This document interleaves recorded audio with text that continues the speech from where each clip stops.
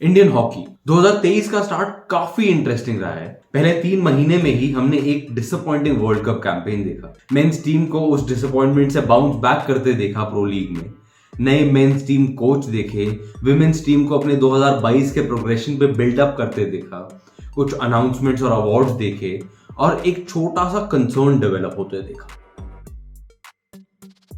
Hello and welcome back to sports circle. आज बात कर रहे हैं इंडियन हॉकी के 2023 के पहले 3 महीनों के सफर की, मेंस हॉकी टीम के अप एंड डाउन ग्राफ की, इंडियन विमेन्स हॉकी टीम के प्रोग्रेशन की, उनके इंप्रूवमेंट की और नए डेवलपमेंट्स की।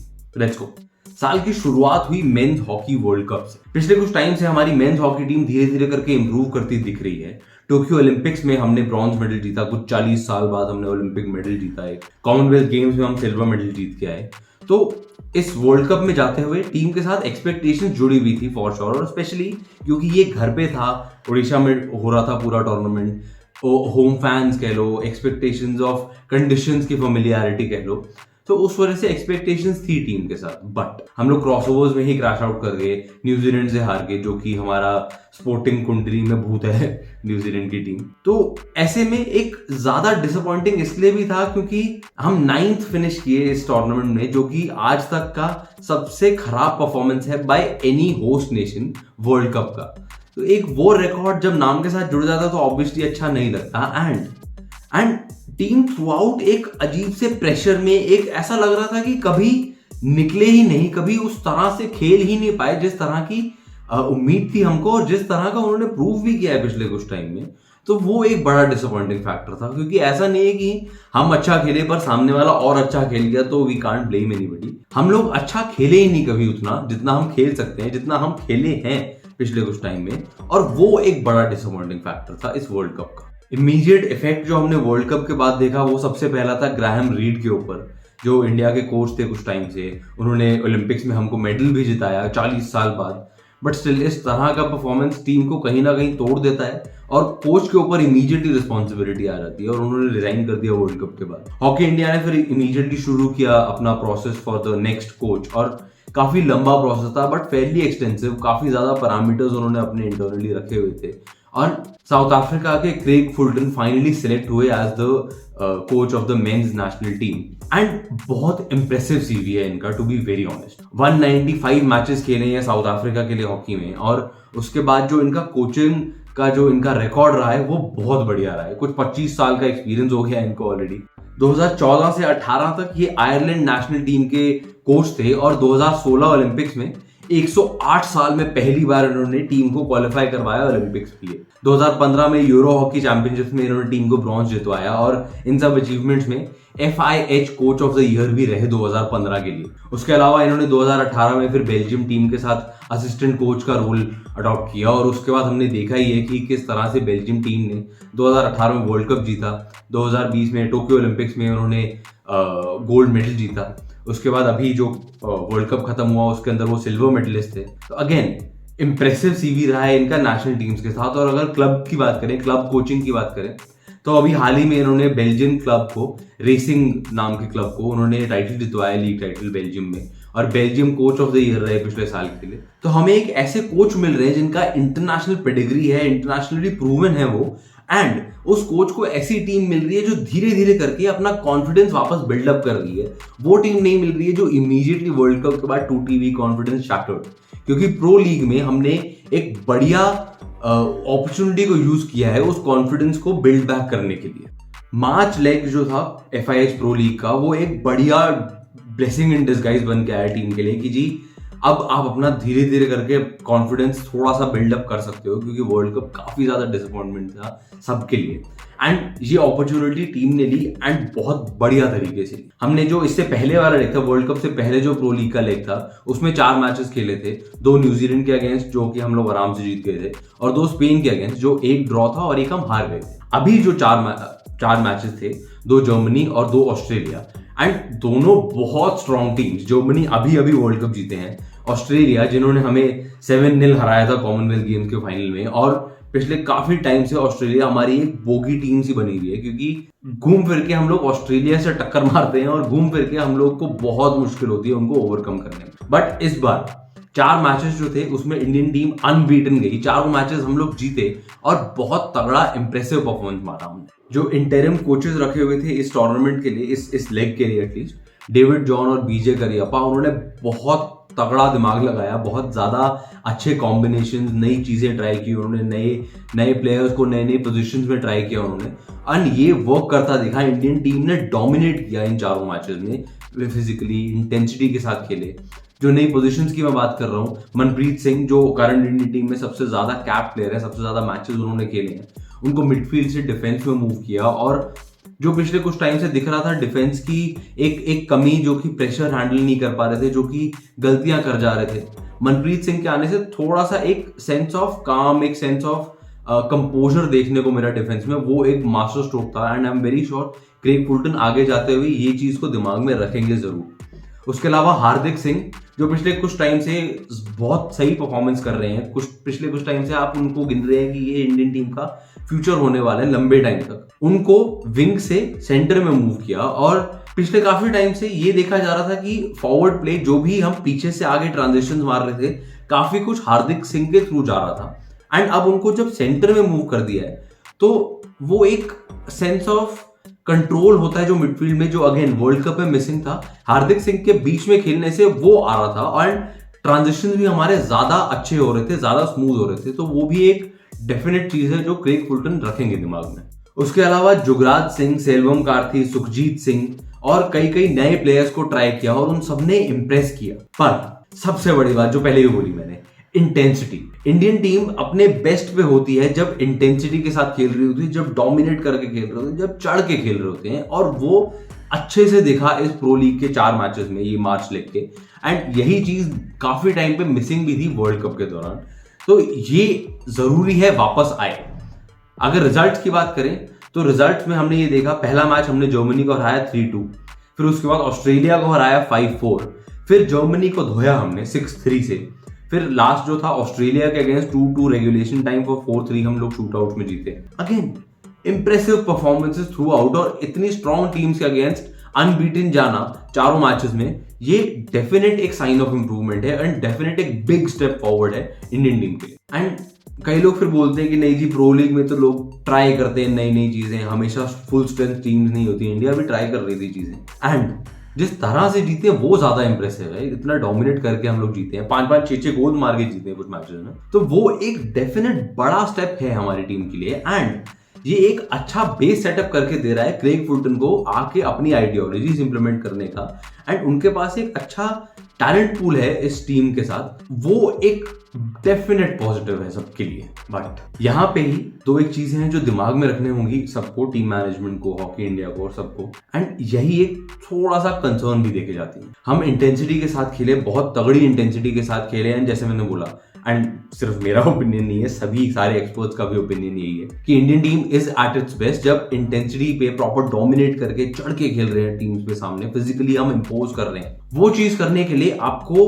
पीक फिजिकल फिटनेस पे रखना पड़ेगा प्लेयर्स को, पीक फिजिकल शेप में होना पड़ेगा पूरे टैलेंट पूल को, नॉट जस्ट वो 11-12-13 प्लेयर्स को। तो वो एक डेफिनेटली बहुत इंपॉर्टेंट स्टेप होने वाला है आगे चलते हुए।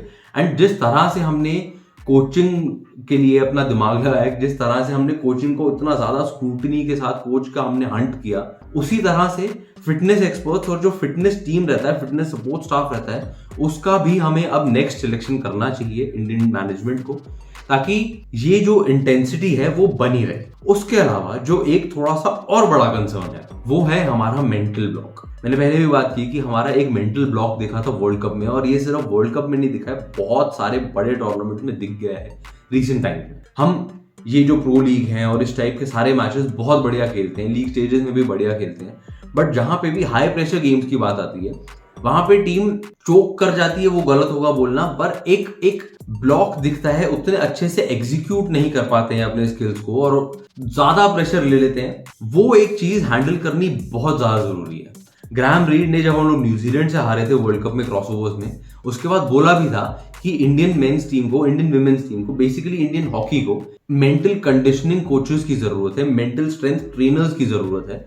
एंड ये एक बड़ा नेक्स्ट स्टेप होने वाला है आगे जाते हुए, and not just senior team में। इस टाइप की चीज आपको जूनियर लेवल से ही इंप्लीमेंट करनी शुरू करनी पड़ेगी, ताकि जो प्लेयर्स बढ़ के आ रहे हैं, ग्रास रूट से सिलेक्ट होके आ रहे हैं, जूनियर लेवल खेल के आ रहे हैं, जो सीनियर लेवल तक पहुंच रहे हैं, उनका एक मेंटल स्ट्रेंथ ऑलरेडी सॉलिड हो, आप एक रिलाय कर सके उन पे बड़े मैचेस में भी। ये एक बहुत बड़ा सिचुएशन होने वाला है आगे जाते हुए, क्योंकि हम जितना मर्जी कर लें, हम प्रो लीग में बढ़िया खेल लें, हम जो टेस्ट सीरीज होती हैं बायलैटरल वगैरह उनमें बढ़िया खेल लें, पर जब तक हम बड़े मैचेस में अच्छा नहीं खेल पाएंगे, जब तक हम उस चीज को, अपने स्किल को, अपनी कैपेबिलिटी को ट्रांसलेट नहीं कर पाएंगे बड़े स्टेज पे, तब तक इंडियन टीम का एक्चुअली सक्सेसफुल होना गिना नहीं जाएगा उतना जितना हमारी एक्चुअली कैपेबिलिटी है। हम अगर जर्मनी को 6-6 गोल मार सकते हैं, ऑस्ट्रेलिया को 5-5 गोल मार सकते हैं, तो टीम के पास कैपेबिलिटी की कमी नहीं है, हमारे पास टैलेंट की कमी नहीं है, हमारे पास वो एक जो मेंटल ब्लॉक का कन्वर्जन होता है, जो हमारा मेंटल स्ट्रेंथ चाहिए होता है बड़े लेवल पे परफॉर्मेंस करने के लिए, सिर्फ उसकी कमी है एट दिस पॉइंट। और उस चीज में हॉकी इंडिया को, इंडियन टीम मैनेजमेंट को, सबको एक चीज बैठ के ध्यान से इसको सॉल्व करने की तरफ देखना पड़ेगा। इस टीम की अगर बात करें तो पहले 3 महीने में बहुत ज्यादा हॉकी उनकी नहीं हुई है, बट जो भी हुई है उसमें ये क्लियर दिख रहा है, जो हमने FIH नेशंस कप जीता था हमारी इंडियन वुमेन्स हॉकी टीम ने, उस पर हम अच्छे से बिल्डअप कर रहे हैं।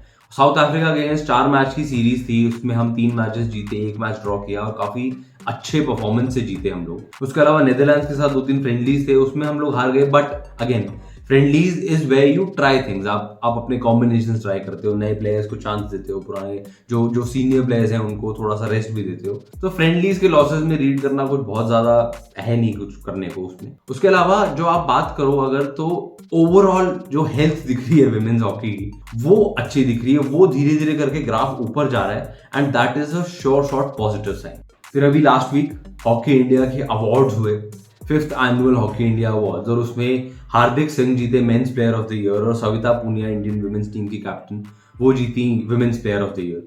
दोनों को ये 25-25 लाख का अवार्ड है और एक ट्रॉफी। उसके अलावा 1964 gold medal, Olympic gold medal winning team के member, 1968 bronze Olympic medal winning team के कैप्टन, 1966 एशियन गेम्स में गोल्ड मेडल विनिंग टीम के कैप्टन गुरबख्श सिंह को लाइफ टाइम अचीवमेंट अवार्ड मिला। वहां पे जो कैश अवार्ड था वो 30 लाख रुपीज और एक ट्रॉफी था, and that is a big thing. उस लेजेंडरी स्टेटस का celebration is obviously a big thing, and मेरे ख्याल से थोड़ा सा लेट है बट देर है दुरुस्त है। 2021 के अवार्ड्स भी इसी साल दिए गए, क्योंकि लास्ट ईयर पैंडेमिक के चलते अवार्ड सेरेमनी हो नहीं पाई थी। हरमनप्रीत सिंह इंडियन टीम के कैप्टन, इंडियन मेंस टीम के कैप्टन, उनको 2021 के लिए प्लेयर ऑफ द ईयर मिला, और सविता पुनिया को अगेन 2021 के लिए प्लेयर ऑफ द ईयर फिर से मिला, तो वो एक बिग डील है सविता पुनिया के लिए, एटलीस्ट 2 साल लगातार। Amit Singh Bakshi 1956 Olympic gold medal winning team के मेंबर, उनको लाइफ टाइम अचीवमेंट अवार्ड मिला 2021 के अवार्ड सेरेमनी के लिए। फिर आते हैं रीसेंट अनाउंसमेंट पे, जो कि अगेन बहुत पॉजिटिव साइन है। हॉकी इंडिया ने रिसेंटली अनाउंस किया एक ग्रास रूट्स डेवलपमेंट प्रोग्राम, जिसके चलते 4 जोन्स में सब जूनियर और जूनियर लेवल टूर्नामेंट्स होंगे, north zone, south zone, east zone और वेस्ट जोन में सब जूनियर और जूनियर लेवल टूर्नामेंट्स होंगे, और उसके थ्रू सिलेक्शन होंगे, सिलेक्शन कमिटीज होंगी हर जोन के लिए। उसके अलावा ट्रेनिंग बेसिस सेटअप किए जाएंगे अलग अलग जगह में अक्रॉस द कंट्री, और जिसमें टॉप लेवल ट्रेनिंग फैसिलिटीज दी जाएंगी बच्चों के लिए। उसके अलावा कोचिंग, एक कोचिंग पैनल सेटअप किया जाएगा, जो कि ऑब्वियसली कोचिंग भी करेंगे ग्रास रूट्स पे जाके, और जो ग्रास रूट लेवल पे कोचेस हैं उनको भी हेल्प करेंगे। फिर एक आता है ऑफिशिएटिंग की बात, जो रेफरिंग वगैरह और मैच हैंडलिंग और मैच एडमिनिस्ट्रेशन की बात, उसके लिए भी एक ऑफिशिएटिंग पैनल सेटअप किया जा रहा है, जो कि लोकल लेवल पे, ग्रास रूट लेवल पे जो ऑफिशिएटिंग है, जो मैच ऑफिशियल्स वगैरह रहते हैं, उन सबको हेल्प करेंगे, ट्रेन करेंगे, उनको और बेटर करेंगे, which is a brilliant step. क्योंकि हम बहुत बार खेलने पर तो ध्यान दे जाते हैं, बट जो मैच ऑफिशिएटिंग है वो काफी ज्यादा मिस रह जाती है, और उसकी वजह से कई बार जो नहीं होना चाहिए, जो कंपेटिटिव एज मिसिंग हो जाता है, बिकॉज गलत डिसीजंस की वजह से किसी प्लेयर को, किसी टीम को अनफेयर एडवांटेज अगर मिल जाए, वो गलत है। एंड अगर ग्रास रूट लेवल से ही ऑफिशिएटिंग पे आप ध्यान देना शुरू कर रहे हैं, तो that is a commendable step. इस सब में एक और अनाउंसमेंट थी, अंडर 17 और अंडर 19 नेशनल टीम सेटअप किए जाएंगे, इंडियन टीम सेटअप की जाएंगी, बोथ मेन एंड वुमेन, और इनको फायदा होगा इंटरनेशनल एक्सपोजर का। इंटरनेशनल टूर्नामेंट्स जो होते हैं अंडर 19 और अंडर 17 के, उस सब में जाने का मौका मिलेगा, एंड यंग लेवल से ही अगर प्लेयर्स को मौका मिल जाता है इतने बड़े बड़े लेवल्स पे खेलने का, तो अगेन वो वापस टाइन करता है आपका वो जो मेंटल स्ट्रेंथ वाले पार्ट होता है। क्योंकि अगर आप शुरू से ही एक्सपोजर लेके खेल रहे हो बड़ी टीम्स के साथ, बड़े प्लेयर्स के साथ, तो ऑब्वियसली वो आपको डेवलपमेंट में हेल्प करेगा, which is again commendable step. अभी तक नहीं हुआ वो भी सरप्राइजिंग था, क्योंकि बाकी सब कंट्रीज के पास है ये अंडर 17 अंडर 19 टीम। इंडिया में भी बाकी हर स्पोर्ट में है, हॉकी में चलो फाइनली हो रहा है, ग्रेट थिंग। अभी जो अवार्ड सेरेमनी हुई उस टाइम पे hockey India president Dilip Tirkey साहब ने ये भी बोला कि हम हॉकी इंडिया लीग को वापस रिवाइव करने की कोशिश कर रहे हैं और होपफुली जल्द से जल्द हो जाएगा ये, which is again brilliant news. हमने रिसेंटली बात भी की थी एक वीडियो में कि हॉकी इंडिया लीग कितना इम्पैक्ट डाल के गया था हॉकी पे इंडिया में, एंड कितना जरूरी है ये इसको वापस स्टार्ट करवाना। And now that positive conversations are apparently happening, हम अज्यूम तो ये कर सकते हैं, अगर वो बोल रहे हैं कि होपफुली जल्दी हो जाएगा, तो हम अज्यूम कर सकते हैं कि कुछ एक्चुअल स्टेप्स हुए हैं बैकड्रॉप में। पता नहीं है क्या हो रहा है, बट कुछ तो हो रहा है कि आप ये बोलो आके कि चलो होपफुली जल्दी हो जाएगा। And I really really hope for the sake of Indian hockey कि हो जाए जल्द से जल्द, इसी साल में हो जाए अगर, तो उससे बेटर कुछ नहीं। So all and all positive steps लिए जा रहे हैं। अच्छा, हम ग्राफ देख रहे हैं, धीरे धीरे करके चीजें इंप्रूव हो रही हैं। ठीक है, एक वो मेजर डिसअपॉइंटमेंट था वर्ल्ड कप पे मिस आउट कर देना। हमारा वर्ल्ड कप के साथ, हॉकी वर्ल्ड कप के साथ वैसे ही कोई रिकॉर्ड बहुत अच्छा नहीं रहा है, हम एक ही बार जीते, वो भी 1975 में। बट इस बार हारना, सिंस टीम अच्छी तरह से शेप अप कर रही थी, वो डिसअपॉइंटिंग था। बट अब वापस धीरे धीरे करके टीम एटलीस्ट कोशिश करती दिख रही है उससे बाउंस बैक करने की। प्रो लीग में हम जो 4 मैचेस लगातार जीते हैं, उसके बाद हम FIH प्रो लीग स्टैंडिंग्स में नंबर 1 पे चले गए हैं, that is a big development. उसके अलावा जो हॉकी इंडिया ने अनाउंसमेंट किए हैं, जो स्टेप्स लिए हैं, that is a positive sign. जो हमने कोच अपॉइंट किए हैं, जो हॉकी इंडिया ने इंडियन मेंस टीम के लिए कोच अपॉइंट किए हैं, उनसे भी उम्मीदें तो हैं फॉर श्योर, क्योंकि उनका रिकॉर्ड बहुत अच्छा रहा है पिछले काफी टाइम से। तो ऑल इन ऑल अच्छी डायरेक्शन में जाती दिख रही है इंडियन हॉकी।